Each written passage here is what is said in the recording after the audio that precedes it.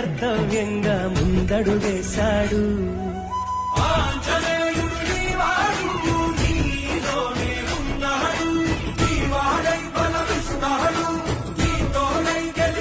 సాయమంటే ఆయువిచ్చే వాయుపుత్రుడు వీడు, గుండె గుడిలో నిన్ను కాచే కండగల మునగాడు. మాటిస్తే తప్పని వాడు నిన్ను మనవాడనుకున్నాడు.